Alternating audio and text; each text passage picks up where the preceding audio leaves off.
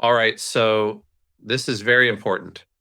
Here, you're looking at an x ray of a person's lumbar spine inflection. Nothing special was done, just a simple forward bend.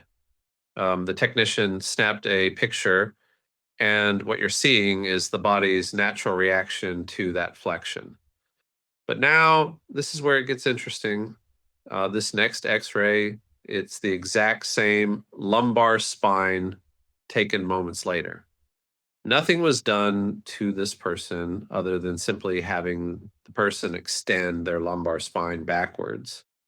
And what you notice if you look carefully is that the entire structure has shifted dramatically from what you just saw in flexion. So, what exactly are we looking at here? What is this dramatic shift you see when you compare this person in flexion versus extension? We'll take a close look at the discs. Now, I'm not going to dive too deep into every pathological mechanism in this episode, but most people understand the basics: thinning discs, pinch discs, degeneration, all of that. So, watch what happens here. When the person bends forward into flexion and we take that x ray, look at the disc height, the spacing, the rectangular shape, and how the disc sits at roughly 25% the height of the vertebral bodies. In flexion, these discs look almost perfect. And I say that a bit suspiciously because the moment you put this same person into extension, seconds later, everything changes. Suddenly, you see these big wedge shaped discs appear. And normally, we're taught that these wedge shapes are caused by long term degeneration. The disc dehydrates, thins, compresses, and the space slowly collapses over years. But what you're seeing right here completely challenges that idea. And because this disc doesn't take years to collapse, it doesn't take trauma or degeneration, it changes instantly just by altering the position of the spine. And this is the same person, the same spine, the same moment in time. And yet the disc space can collapse and then correct itself simply by shifting posture. Now, I keep saying posture, but the more accurate word here is pressure. Something inside the body is shifting, something that changes the internal pressure dynamics on these discs simply by moving from flexion to extension. And if you've spent time studying other techniques or reviewing the common research out there, you'll notice a pattern. Most methods are trying to force the body into extension, extension, extension, extension, like it's the universal solution. But this simple little x ray, it tells a very different story. It suggests that maybe forcing the body into extension isn't such a great idea after all. Because if a disc can instantly wedge, collapse, or distort under the wrong internal pressure, then pushing the body further in that direction could be doing more harm than good. And by could be, I actually mean definitely. So, how much force does it actually take to squash a human vertebral disc flat? Great question. And the answer surprises most people. If you take a healthy lumbar disc and you compress it straight downward in a laboratory setting, It can withstand up to 740 pounds of vertical force before it fully collapses. Some studies even show failure points above 1,000 pounds, depending on hydration, age, and disc condition. That means under ideal conditions, a disc is incredibly strong. It's built like a hydraulic cushion, full of water bound by a fibrous ring, and designed to distribute load evenly. So, what we're seeing here is the body generating more than 700 pounds of internal force, enough to instantly flatten a lumbar disc. That sounds impossible at first. So, the obvious question is, how can simply bending the lumbar spine into extension create that much force? Here's the truth. And this is the part most people never realize. You see, the lumbar spine was already stuck forward and locked in extension before the movement even began. That means the person's neutral standing position isn't neutral at all. Their spine is held in a distorted shape that traps the entire lumbar segment under constant internal pressure. What kind of pressure? Biohydraulic pressure. When the spine deviates from its normal equilibrium, the internal fluid mechanics deviate with it. Interstitial fluid, venous blood, lymph, and the nucleus, pulposus, all become trapped in a compressed compartment. And that entrapment amplifies internal forces. So when you bend further into extension, you're not creating the force. You're stacking more compression on top of an already pressurized system.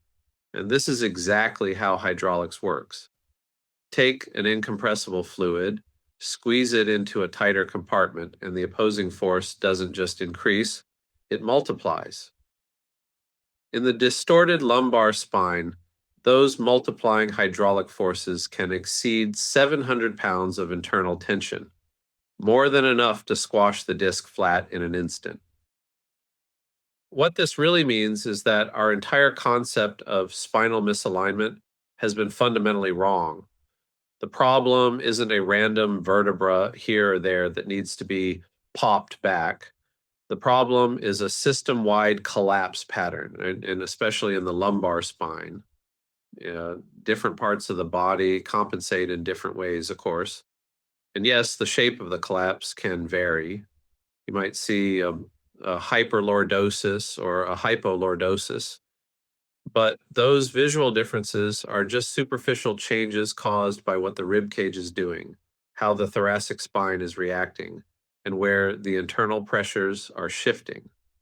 Underneath all those variations, the collapse pattern is the same. The lumbar spine gets pulled forward and locked in extension, and the rib cage distorts around it, and the body traps internal pressure as it tries to hold itself together. That trapped pressure, the biohydraulic entrapment I mentioned, is the real driver of the problem. It can generate massive hydraulic press forces inside the body, and we can actually see this happening. In this x ray of a person simply moving from flexion to extension, you're watching the hydraulic pressure spike as the distorted lumbar segment is squeezed. This is the real mechanism behind degeneration, chronic pain, and why so many treatments only offer temporary relief. And trying to fix anything is going to be very complex if you understand that the lumbar collapses forward and then you have these counter forces that pull everything back. And it just does that on its own. And when things get really unstable, that counter force creates a huge problem. So any kind of external force is just going to amplify that problem. So that means pushing through spinuses or transverse processes is just out. You're just going to make the lumbar misalignment worse. And, you'll see all kinds of drawings and theories about why it's helping. Well, if you take an x ray of a person just standing there and then you put them into a different position, you realize all these new misalignments show up. So trying to draw lines and say things are in the right place in one position is just never going to work. And people should know this. People are fine in one position and they do something, they bend down or whatever it is, and that position hurts. And it's kind of bizarre that nobody really was looking at that. Everybody kind of got into the idea that we need to bang the spine around and superimpose it in some position that they felt was normal. And it just was screwing things up. There might have been pressure changing, but for the most part, they were making things worse. And that's unfortunate. And I wish it was different. I really wish that those ideas worked out. But as it turns out, it was the wrong thing to do.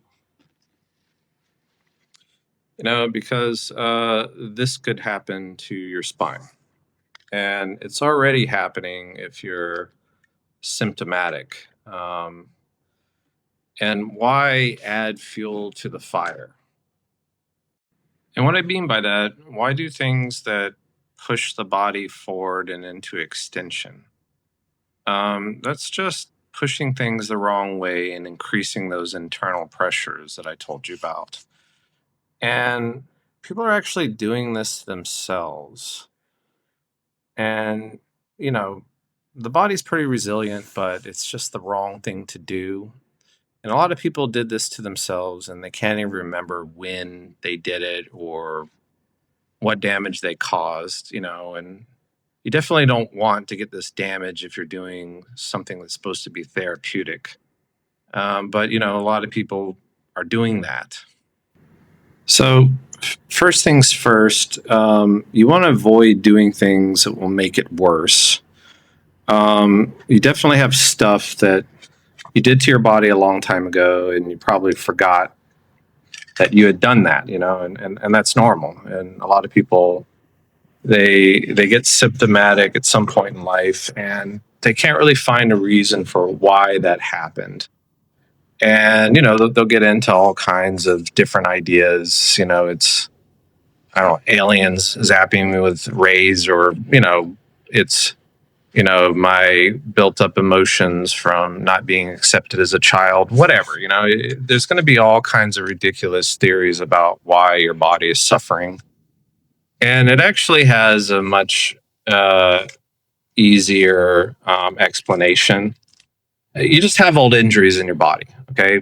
The body can get pushed in the wrong direction. It can get stuck under counter forces, and it'll show up as symptoms later on in life. I could prove that with a few x-rays here, so we're going to do that. But it's definitely not what most people think, okay? And if we take a look at this x-ray, this is a young child. This I think they're like, I want to say 10 years old. The thing to notice here is you got a spondylolisthesis happening at L5 and the sacrum, okay? And you go, well, that's not that big of a spondylolisthesis, or at least that's what the doctor said. They didn't think that was a very big deal. But you see that there's compression on the disc, just like I told you, as things lean back and they try to counterbalance for that lumbar, that fifth lumbar that's stuck forward, okay? And it's pretty obvious if you take a look at it, you pause the video, you can see that that's happening, right? Because of that counter force, pushing on the lumbar spine inwards is just going to make that worse. And I'm not joking when I tell people that the reason why body work is not good for you and it's failing is because of external pressure. And this x-ray is exactly what I mean by that. And this is a young kid, right? The next thing I tell people is once this gets stuck, right? It's stuck under collapsing forces, and there's a resistant force to the collapse, and we'll call it the counter force, okay? And that pulls everything the other direction. Now, usually that can stabilize things, Uh, but when things go very unstable and funky, that system actually works against you. And you're going to have to figure out how to wrap your head around that idea. But what's happening is those pressures build up in the body, okay? And once it collapses past a certain point, the things that were trying to help the body stay stable in this unstable condition start actually pushing it more into instability. It's just, it has a threshold. It's a crutch. It works for a while, and when it doesn't work, it works against you. Okay. Think about it like, even though you see this kid, you see the lumbar spine is pushed forward. Usually that doesn't happen so severely, but it can happen. And it's not just so much that the lumbar vertebrae itself got stuck forward. It was a systematic collapse of the entire spine, getting bent into this big forward plus extended position. Just like they were doing back bends, even though they're standing there, looking straight when you take this x-ray, okay? It's just how their spine is stuck. Their spine is stuck in a forward extended position, right? And there's forces in the body usually that will keep the lumbar in its correct position. And those forces will also resist against external pressure pushing on the outside of the spine. But once that reaches its threshold, it pushes it forward. And now those same pressures that used to resist are they've switched, and now it's actually pulling everything more forward. Okay. And when that happens, the body gets super pressurized. All right. And it gets pressurized by those hydraulic forces I mentioned. Okay. And if you look at this x-ray, this is a kid, like I said, probably 10 years old. And you can already see that pressure is doing a lot of damage. Not just to the disc. Now, the pressure can fall in many locations.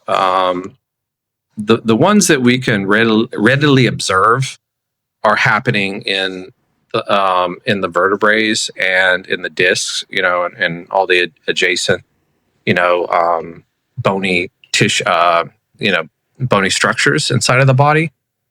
But you can't see what's happening to all the superficial, soft tissue or ligament tissue that's surrounding the spine. And you definitely can't see what that pressure is doing to the internal organs because that doesn't show up on film. But believe me, it's doing damage. Okay, and of course, it's going to do stuff to the muscles. And the muscles will also assist and try and guard against these pressures, There's just a lot of bad things happening here when things get this bad. Now, if you look at this x-ray, you see this spondylolisthesis, right, in this kid. And you go, well, they're 10 years old, and you already see degeneration. And that pressure, that hydraulic pressure, is already doing damage. So this means that even in young bodies, there's sufficient amount of forces to squash things under tremendous amount of force, well exceeding that 700 pounds that we mentioned that it would take to squash the disc.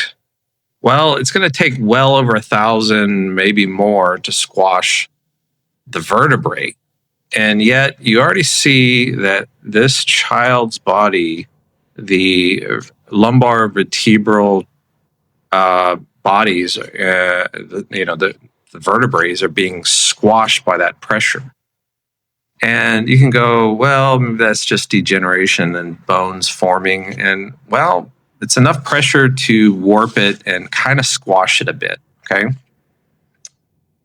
And, you see that in people's bodies. People will have these vertebral compression fractures, and they don't really have any memory of an injury that caused them. And I'll just go ahead and say it. What's causing it is that hydraulic force in the body. If it's deviated and the lumbar spine is collapsing, it just amplifies these pathological biohydraulic forces. And these are the things that are doing damage that nobody has an answer for. And you can blame genetics, or you can blame all kinds of other stuff. I've heard it's rubber bands in the body that get twisted up, and that's what's causing all the pressure, or it's the fascia and it's all wound up and all this. And when this hydraulic force is increased, of course, that's going to do a lot of damage to a lot of things, including those internal tissues that are inside of the spine, as well as the muscles and the fascia that surrounds everything, including the vascular system, including the lymphatic system. It's going to damage everything. It's going to damage the internal organs. It's going to pull the rib cage in funky directions. You look at this kid, you see this problem, you see the counter forces, you see how the pressure is affecting the bones. And then you look at the AP. Yeah, so I paused for a minute because this is the same child we were just looking at a second ago, right? And people go, "Oh, well, okay, he's got scoliosis, and yeah, that's what's happening here." But this is originating from the lumbar spine, right? And the pressure is pretty severe in this person's body, right? So now we're just looking at how the body deals with that pressure from that instability in the lumbar spine. And you see it's trying to deal with it, and it's going one direction, it's going all another direction. And people have pointed this out, and I'm just kind of expanding on it here because this also adds more pressure to those biohydraulic forces. Okay. And if you look at this person somewhere in their thoracics, I want to say T6 or something like this, or maybe it's higher. Sorry, I didn't count it out, but maybe it's T5. You're going to see a wedged vertebrae, a compression fracture. And so you saw that the bones were being squashed below by those hydraulic forces, and that transmits up into other parts of the body, and it also squashes vertebrae there. And we're talking about a 10-year-old kid, right? Generating, thousands, 2,000 pounds of forces, maybe more, and their bones are getting squashed under these forces. So this hydraulic thing, this biohydraulic thing is quite real. Okay. And it really explains a lot of the bad things that happens to people's bodies, without having to go into too much detail. And these injuries happen from, a period in life that you probably couldn't even remember. Okay. If you injured yourself enough to shift the pressure, it's not like immediately that pressure shift is going to show up as bad symptoms. It gets locked under the shift, and it takes a while before the damage starts to cause noticeable symptoms. You can have layers of them. So you have one layer, and then suddenly you get a new layer, and then it becomes pretty obvious you did something, and it's causing these symptoms. But how some people, they're quite resilient. They can get, they can play football and get, bashed around, and yet they seem impervious to any kind of new injuries. It just depends on these injuries, how severe they are when they happen, how well your body developed. If those internal forces are working in your favor or if they're working against you. Okay. Because those internal forces can also be resistance against injuries as well, as once it gets pushed past a certain threshold that they actually start to um, make those symptoms or make the pathological deviation worse. And that happens like in pretty much everybody that is symptomatic. That type of collapse that's under biohydraulic forces is going to be there. And I showed you guys a new way to kind of do your x-rays and try and find those, I want to call them dislocations. It's a more accurate to what it is. In hydro, we didn't really invent anything new. Most of the science, they're already there. We don't need to invent new terminology or any of that.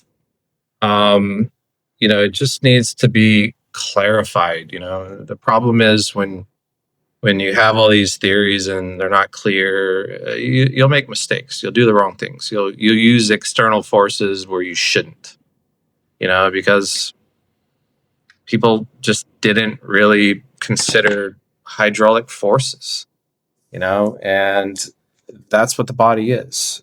You're living in a pressurized body. Okay. It's under pressure, and you can increase or decrease that pressure through all kinds of different activities. And you're going to be more pressurized when your body is unstable, and you're going to be pathologically pressurized when your lumbar spine collapses. And this film, these x-rays I just showed you, it just proves it doesn't matter what age it happens. Okay. You might be more resilient and able to, keep up with the damage that's being done at a younger age.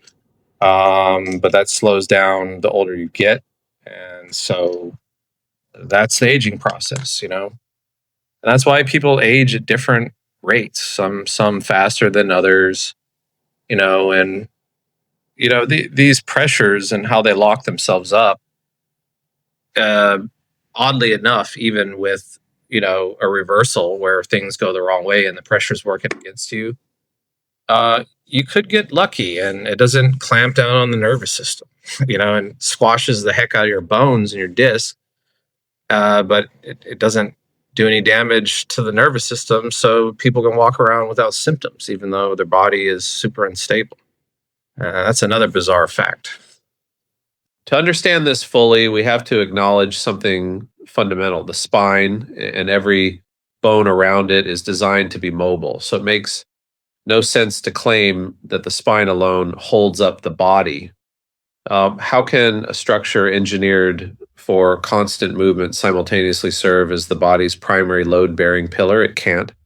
And that's the missing piece almost every system overlooks.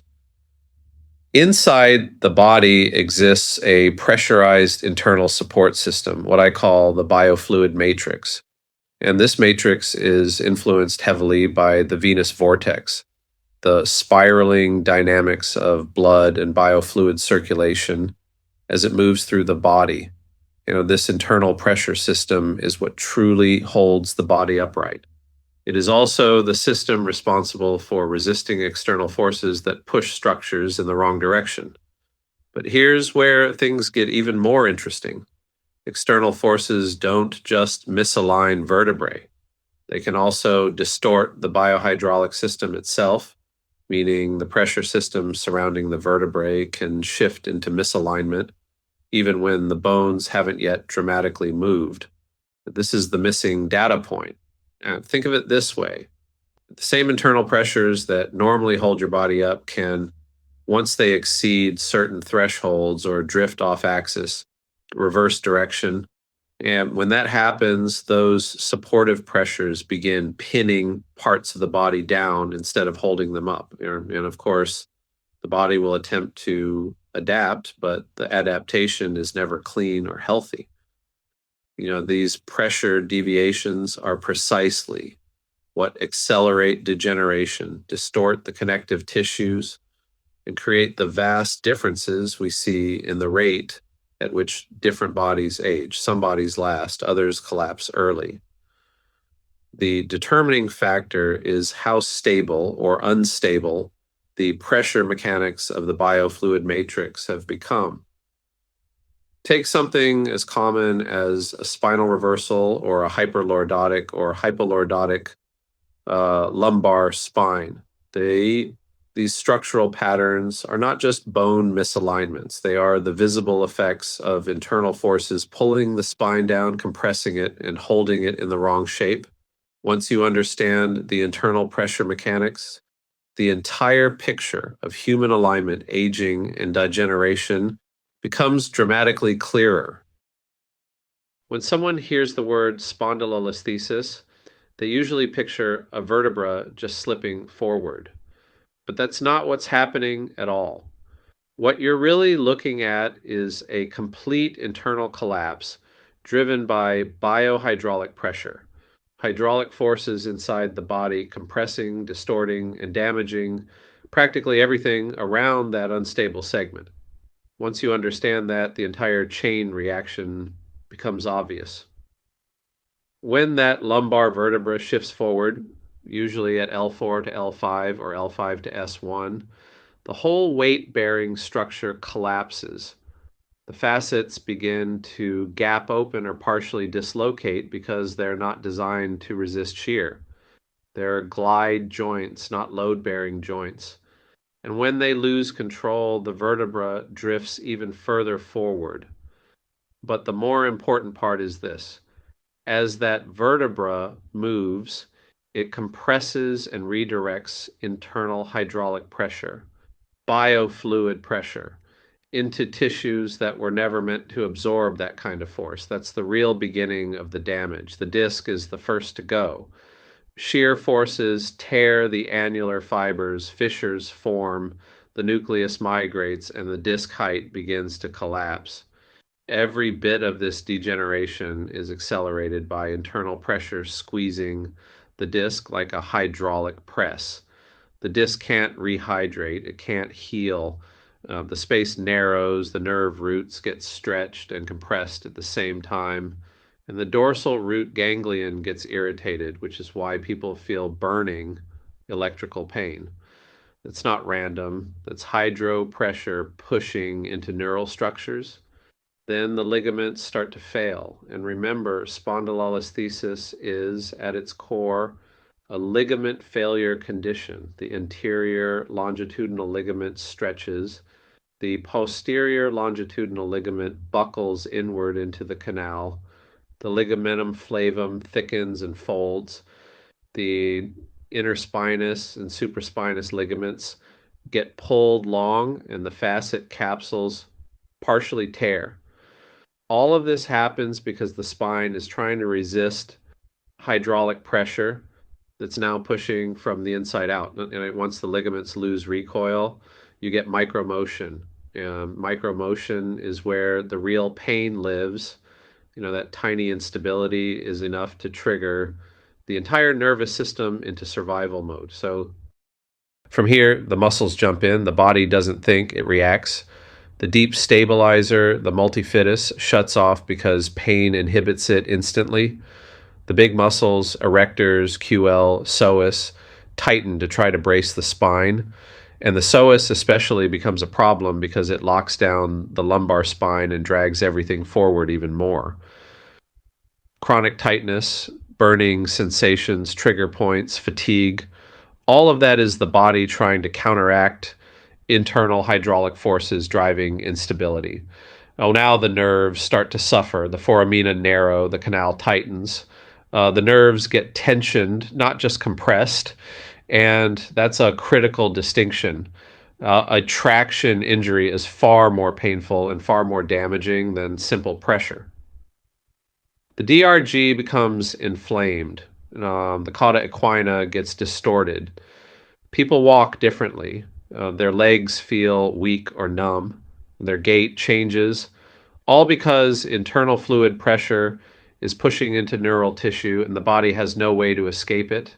Then the vascular system starts to fail. The venous system around the lumbar spine collapses under hydraulic load. Blood gets stuck, venous congestion, micro ischemia sets in, the nerves lose oxygen, and the disc, which already can't receive nutrients properly, degenerates even faster. Again, this is internal hydraulic pressure disrupting circulation. But here's where almost everyone misses the real picture: biofluid entrapment. When the spine collapses, the tissues around it compress and trap fluid: interstitial fluid, lymph, venous blood, ECM fluid, inflammatory metabolites.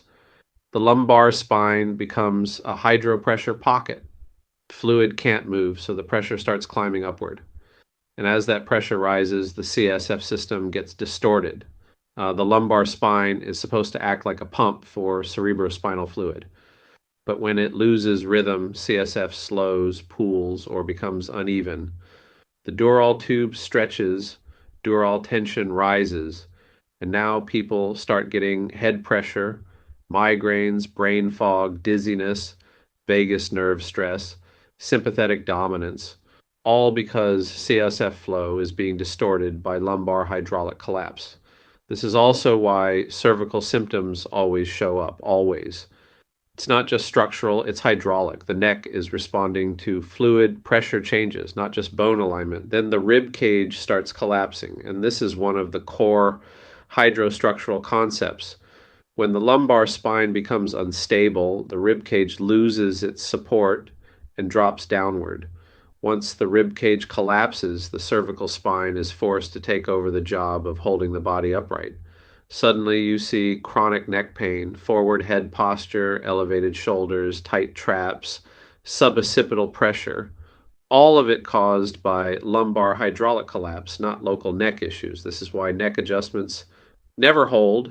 You're fixing the wrong end of the chain, and then the systemic fallout begins: sympathetic overactivation, digestive changes because the psoas is compressing the organs, breathing restriction because the rib cage can't expand properly, fatigue because the body is burning energy trying to stabilize a structurally and hydraulically compromised system.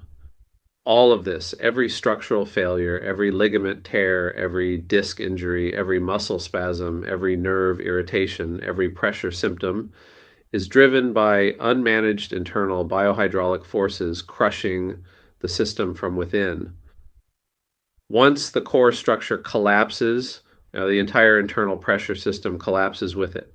And this is exactly why hydrostructural correction changes everything. It doesn't chase symptoms, it doesn't stretch compensations, it doesn't manipulate fragile joints, it restores internal hydraulic balance, it stabilizes the core structure from the inside out, it reopens the pressure pathways, and it finally allows the body to reorganize instead of collapse.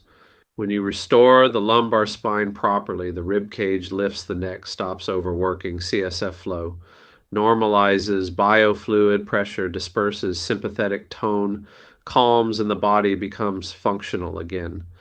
This is why traditional approaches fail. They treat the outer layers, but the real problem is internal, hydraulic, structural, and systemic. And it all begins with one simple truth: a collapsing lumbar spine isn't a bone problem, it's a biohydraulic failure event.